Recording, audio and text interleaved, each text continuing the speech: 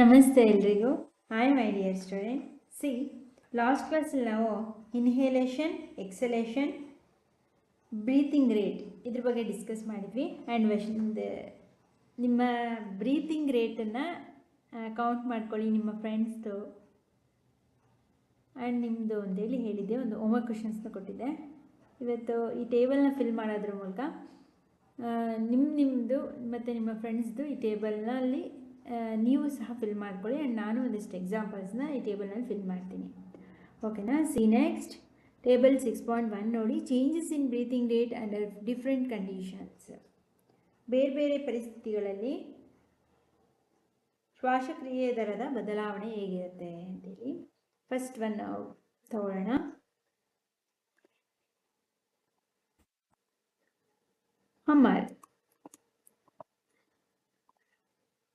ಅಮರ್ ಅನ್ನೋ ವ್ಯಕ್ತಿಯ normal breathing rate ಎಷ್ಟಿರುತ್ತೆ ಅಂತೇಳಿ. ಅವ್ರದ್ದು ಸಾಮಾನ್ಯ ಸ್ಥಿತಿಯಲ್ಲಿ ನಾರ್ಮಲಲ್ಲಿ 15. ಅದೇ ರೀತಿ after brisk walk in 10 minutes, ಚೆನ್ನಾಗಿ ಬ್ರಿಸ್ಕ್ ವಾಕ್ ಮಾಡಿದ ನಂತರ ವೇಗವಾಗಿ ವೇಗವಾದ ನಡಿಗೆ ಆದಮೇಲೆ ಎಷ್ಟಿರುತ್ತೆ ಅವ್ರ ಬ್ರಿಸ್ಕ್ ವಾಕ್ ಅಂದರೆ 23 ನಿಮಿಷಕ್ಕಿದೆ. ಅದೇ ರೀತಿ ಆಫ್ಟರ್ ರನ್ನಿಂಗ್ 100 ಮೀಟರ್ 100 ಮೀಟ್ರು ಓಟ ಆದ ನಂತರ 22. ಅಟ್ ರೆಸ್ಟ್ ಟೈಮಲ್ಲಿ 16.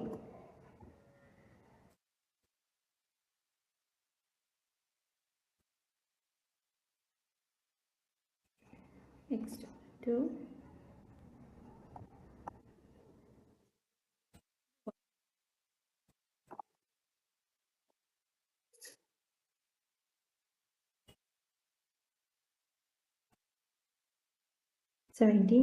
ಅವ್ರದ್ದು normal.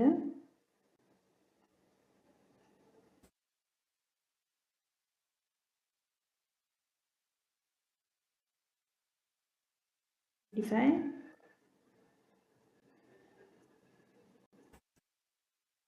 23.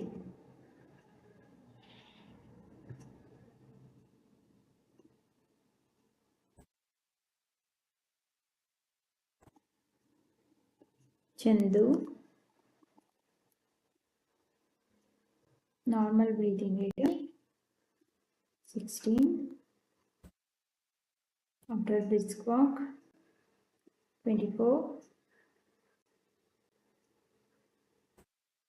After running 24.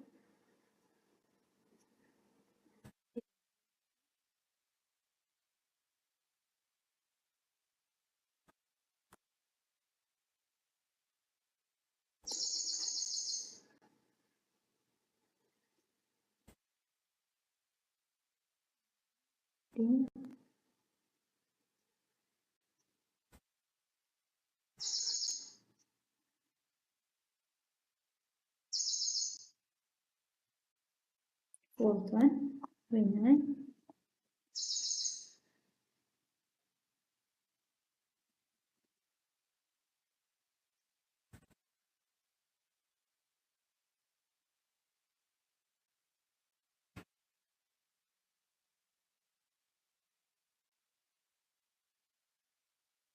Okay.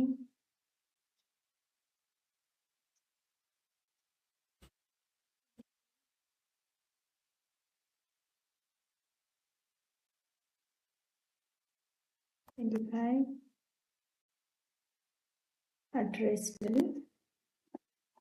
60. Self ನಮ್ದು ಅಂತ ಕೇಳಿದ್ದಾರೆ.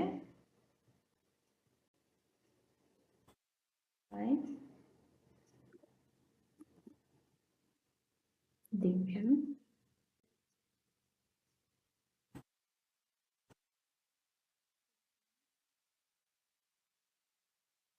After this clock 24. After running 23rd. ತುಂಬ ಜೋರಾಗಿ ರನ್ ಮಾಡೇ ಇಲ್ಲ ನಾನು. running 100 meter running with 16.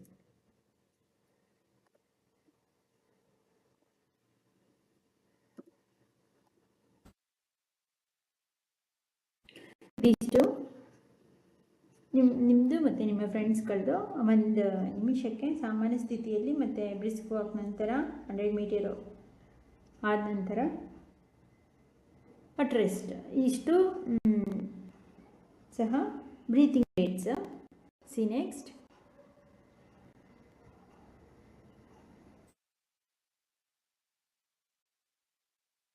On an average, an adult human being at rest breathes in and out 15 to 18 times in a minute. ಸಾಮಾನ್ಯವಾಗಿ ಒಬ್ಬ ವಯಸ್ಕ ವ್ಯಕ್ತಿ, ಒಬ್ಬ ಅಡಲ್ಟ್ ಅದರಿಂದ ಒಬ್ಬ ಅಡಲ್ಟ್ ಹ್ಯೂಮನ್ ಬೀಯಿಂಗು 1 ನಿಮಿಷಕ್ಕೆ ಎಷ್ಟು ಸಲ ಬ್ರೀತಿಂಗ್ ಮಾಡ್ತಾನೆ? 15ರಿಂದ 18 ಬಾರಿ ಉಸಿರಾಟ ಕ್ರಿಯೆಯನ್ನು, ಅಂದರೆ ಒಂದು ಸಲ ಒಳಗೆ ತಗೊಂಡು ಹೊರಗೆ ಬಿಡೋದು 1 ಬಾರಿ, ಅದು ಆ ರೀತಿ 15 ಟೈಮ್ 15ರಿಂದ 18 ಬಾರಿ ಒಬ್ಬ ಅಡಲ್ಟ್, ಒಬ್ಬ ವ್ಯಕ್ತಿ, ಸಾಮಾನ್ಯ ಮನುಷ್ಯ ಉಸಿರಾಡ್ತಾನೆ. ಡ್ಯೂರಿಂಗ್ ಹೆವಿ ಎಕ್ಸಸೈಸ್, ತುಂಬ ವ್ಯಾಯಾಮ ಮಾಡಿದಾಗ the breathing rate can increase up 25 times up to 25 times per minute. ಅದೇ ನಾವು ಹೆಚ್ಚು ಕೆಲಸ ಮಾಡುವಾಗ, ತುಂಬ ವೇಗವಾಗಿ ಎಕ್ಸಸೈಸ್ ಮಾಡಬೇಕಾದ್ರೆ ಒಬ್ಬ ವ್ಯಕ್ತಿಯ ಬ್ರೀತಿಂಗ್ ರೇಟ್, ಅವನ ಉಸಿರಾಟದ ದರ ಎಷ್ಟಿರುತ್ತೆ? 25 ಟೈಮ್ಸ್, 1 ನಿಮಿಷಕ್ಕೆ 25 ಬಾರಿ ವೇಗವಾಗಿ ಉಸಿರಾಡ್ತಾನೆ. While we exercise, not only do we breathe fast, we also take deep breaths and thus inhale more oxygen. ಕೇವಲ ವ್ಯಾಯಾಮ ಮಾಡುವಾಗ ಮಾತ್ರ ಜೋರಾಗಿ ಉಸಿರಾಡಲ್ಲ, ನಾವು ಕೆಲವೊಂದ್ಸಲ ಏನು ಆಳವಾಗಿ ಉಸಿರನ್ನು ತೆಗೆದುಕೊಳ್ತಿರ್ತೀವಿ, ಆವಾಗ ಹೆಚ್ಚು ಆಕ್ಸಿಜನ್ ಒಳಗೆ ಹೇಳ್ಕೊಳ್ತೀವಿ. ಕೆಲವೊಂದ್ಸಲ ಡೀಪ್ ಬ್ರೀತ್, ದೀರ್ಘವಾಗಿ ಹೆಚ್ಚು ಉಸಿರನ್ನು ಹೇಳ್ಕೊಳ್ಬೇಕಾದ್ರೂ ಸಹ ಹೆಚ್ಚು ಆಮ್ಲಜನಕ ನಮ್ಮ ದೇಹದೊಳಗೆ ಹೋಗುತ್ತೆ. ಆಯ್ತಾ?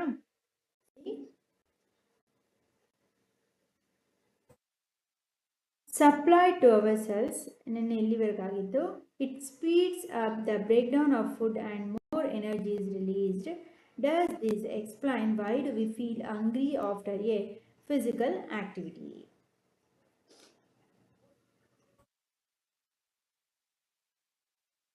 ದೈಹಿಕ ಚಟುವಟಿಕೆ ಅಂದರೆ it speeds up break down of food and more energy is released.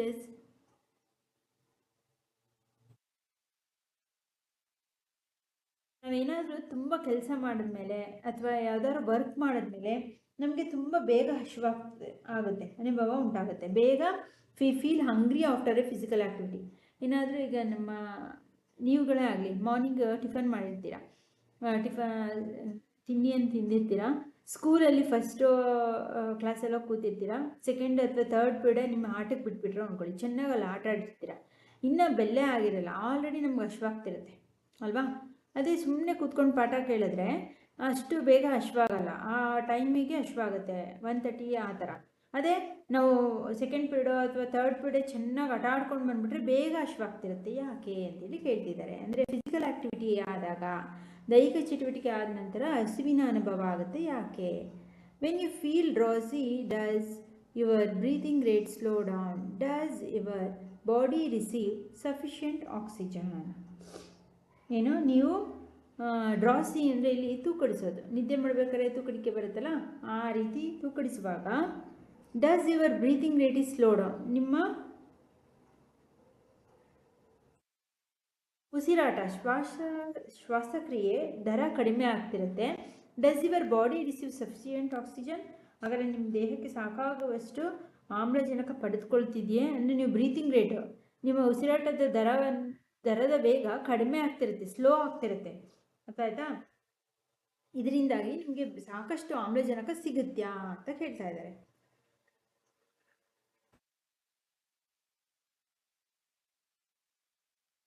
ಅದಕ್ಕೆ Paheli wants to know why we yawn when we are sleepy or ಡ್ರಾಸಿ.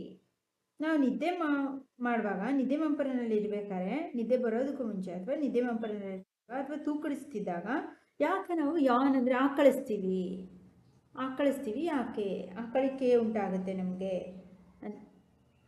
ಯಾಕೆ ಅಂತೇಳಿ ಅವಳು ತಿಳ್ಕೊಳ್ಳೋದಕ್ಕೆ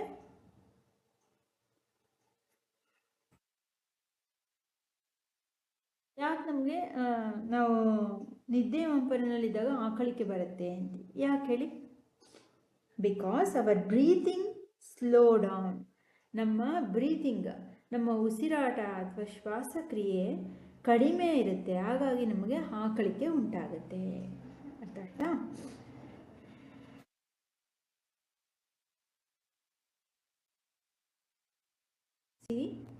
ಇದಕ್ಕೆ ಒಂದು ಆಕ್ಟಿವಿಟಿ ನೋಡಿ, ಇಲ್ಲಿ activity 6.3 figure 6.3 shows the various activities carried out by A persons during A normal day.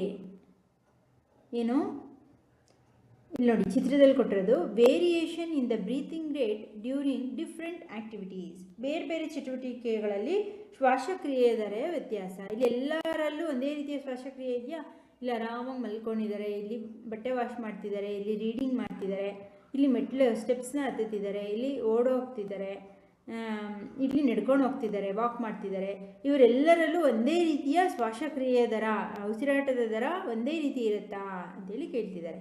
ಹಾಗೆ ಈ ಚಿತ್ರದಲ್ಲಿ ತೋರಿಸಿರುವಂತೆ ನಾರ್ಮಲ್ ಡೇನಲ್ಲಿ ಅಂದರೆ ಸಾಮಾನ್ಯವಾಗಿ ಒಂದು ದಿನದಲ್ಲಿ ವ್ಯಕ್ತಿಯೊಬ್ಬ ನಡೆಸುವಂಥ ಎಲ್ಲ ಚಟುವಟಿಕೆಗಳನ್ನ ತೋರಿಸಿದ್ದಾರೆ. ಒಬ್ಬ ವ್ಯಕ್ತಿ ಅಂದರೆ ಅವನು ಏನೇನು ಕೆಲಸಗಳನ್ನ ಮಾಡ್ತಾನೆ ಒಂದು ದಿನದಲ್ಲಿ, ಅದನ್ನೇ ಅಲ್ಲಿ ಚಿತ್ರದಲ್ಲಿ ಕೊಟ್ಟಿದ್ದಾರೆ.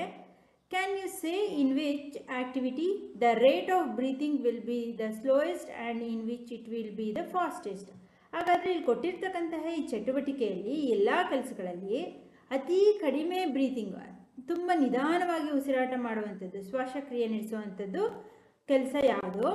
ಹಾಗೆ ಈ ಎಲ್ಲ ಚಟುವಟಿಕೆಗಳಲ್ಲಿ ಅತಿ ವೇಗವಾಗಿ ಉಸಿರಾಟವನ್ನು ನಡೆಸುವಂತಹ, ಅತಿ ವೇಗವಾಗಿ ಶ್ವಾಸಕ್ರಿಯೆ ದರ ಹೆಚ್ಚಾಗುವಂತಹ ಚಟುವಟಿಕೆ ಯಾವುದು ಅಂತೇಳಿ ಕೇಳ್ತಿದ್ದಾರೆ. Assign numbers to the pictures in the order of increasing rate of breathing according to your experience. ಅಂದರೆ ನೀವು ನಿಮ್ಮ ಅನುಭವದ ಪ್ರಕಾರ ಶ್ವಾಸಕ್ರಿಯೆ ದರವನ್ನು ಒಂದು ಕ್ರಮದಲ್ಲಿ ಜೋಡಿಸಿ. ಇಲ್ಲಿ ಸ್ಲೋ ಇಂದ ಫಾಸ್ಟ್, ತುಂಬ ನಮ್ಮ ಬ್ರೀತಿಂಗ್ ರೇಟ್ ತುಂಬ ಸ್ಲೋ ಇರೋದು ಯಾವಾಗ? ಈ ಎಲ್ಲ ಚಟುವಟಿಕೆಗಳಲ್ಲಿ ಫಸ್ಟ್ ಒನ್ ಸ್ಲೀಪಿಂಗ್ ಮಾಡಬೇಕಾದ್ರೆ, ನಿದ್ರೆ ಮಾಡಬೇಕಾದ್ರೆ ನಮ್ಮ ಉಸಿರಾಟ, ನಮ್ಮ ಶ್ವಾಸಕ್ರಿಯೆ ದರ ಕಡಿಮೆ ಇರುತ್ತೆ. ಅರ್ಥ ಆಯ್ತಾ? ಇನ್ನು ಸೆಕೆಂಡ್ ಒನ್ ಅದಕ್ಕಿಂತ ಸ್ವಲ್ಪ ತುಂಬ ಕಡಿಮೆ ಇರೋದು ಮಲ್ಕೊಂಡಾಗ, ಅದಕ್ಕಿಂತ ಸ್ವಲ್ಪ ಶ್ವಾಸಕ್ರಿಯೆ ಉಸಿರಾಟವನ್ನು ನಡೆಸುವಂಥದ್ದು ಆರಾಮಾಗಿ ರೀಡಿಂಗ್ ಮಾಡಬೇಕಾದ್ರೆ ಅಲ್ವಾ, ರೀಡಿಂಗ್ ಮಾಡ್ತಾ ಕುಳಿತುಕೊಂಡು ರೀಡಿಂಗ್ ಮಾಡಬೇಕಾದ್ರೆ ಸೆಕೆಂಡ್ ಒನ್. ಅದೇ ರೀತಿ ಇಲ್ಲಿ ನಾವು ಇನ್ಯಾವುದನ್ನು ತಗೋಬೋದು? ಥರ್ಡ್ ಒನ್ಗೆ ಇಲ್ಲಿ ಆಟ ಆಡ್ತಿರೋದು ಇದೆ, ಓಡ್ತಿರೋದು ಇದೆ. ಇನ್ನು ಥರ್ಡ್ ಒನ್ನು ಇದು ಬಟ್ಟೆ ವಾಶ್ ಮಾಡ್ತಿರೋದು, ಕುಳಿತುಕೊಂಡು ಬಟ್ಟೆಯನ್ನು ವಾಶ್ ಮಾಡ್ತಿರ್ತಕ್ಕಂಥದ್ದು ಥರ್ಡ್ ಒನ್ ಬ್ರೀತಿಂಗ್ ರೇಟ್. ಅದೇ ರೀತಿ ಫೋರ್ತ್ ಒನ್ನು ಇಲ್ಲಿ ಬ್ರಿಸ್ಕ್ ವಾಕ್ ಆದರೆ ಸ್ವಲ್ಪ ತಗೋಬೋದು, ಇದನ್ನು ನಾರ್ಮಲ್ ವಾಕ್ ಆದರೆ ಇದು ಫೋರ್ತ್ ಒನ್ ಅಲ್ವಾ.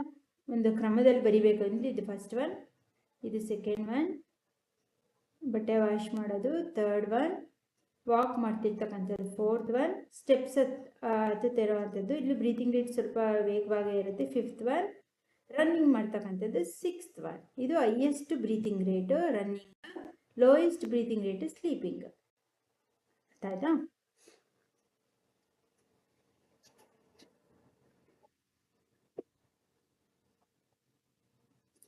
ಇದಿಷ್ಟು ಬ್ರೀತಿಂಗ್ ರೇಟು ಮತ್ತು ಯಾವುದು ಹೈಯೆಸ್ಟ್ ಆ್ಯಂಡ್ ಲೋಯೆಸ್ಟ್ ಅಂತೇಳಿ. ಇಷ್ಟರಲ್ಲಿ ನೆಕ್ಸ್ಟ್ ಕ್ಲಾಸಲ್ಲಿ ನಾವು ಹೌ ಡು ವಿ ಬ್ರೀತ್ ಇದನ್ನು ಕಂಟಿನ್ಯೂ ಮಾಡೋಣ 6.3ನ. ಏನಾದರೂ ಡೌಟ್ಸ್ ಇತ್ತು, ಅರ್ಥ ಆಗಲಿಲ್ಲ ಅಂದರೆ ಅದನ್ನು ಡಿಸ್ಕ್ರಿಪ್ಷನಲ್ಲಿ ಕಮೆಂಟ್ ಮಾಡಿ. ಆ್ಯಂಡ್ ಆದಷ್ಟು ಬೇರೆ ಇನ್ನು 5 ನಿಮ್ಮ ಫ್ರೆಂಡ್ಸ್ ಬ್ರೀತಿಂಗ್ ರೇಟ್ನ ಇಲ್ಲಿ ಬಾಕ್ಸಲ್ಲಿ ಬರೀರಿ.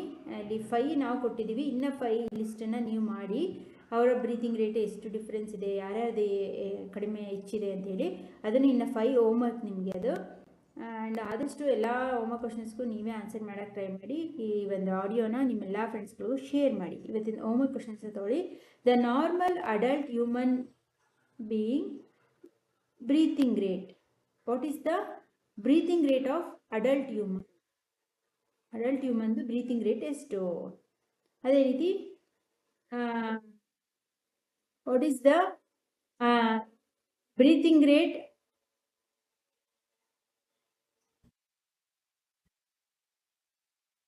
increases in heavy exercise. Which time? ಅಥವಾ during the heavy exercise, the breathing rate increases up to dash time per minute. ಇದು ಒಂದು ಕ್ವೆಶ್ಚನ್. ಅದೇ ರೀತಿ ಇಲ್ಲಿ why we yawn when we are sleepy or drowsy. ನಾವು ಮಲಗುವ ಮಂಪರಿನಲ್ಲಿ ನಮಗೆ ತೂಕಡಿಸುವಾಗ ಆಕಳಿಕೆ ಉಂಟಾಗುತ್ತೆ, ಯಾಕೆ? ಇದು ಒಂದು ಕ್ವೆಶ್ಚನ್.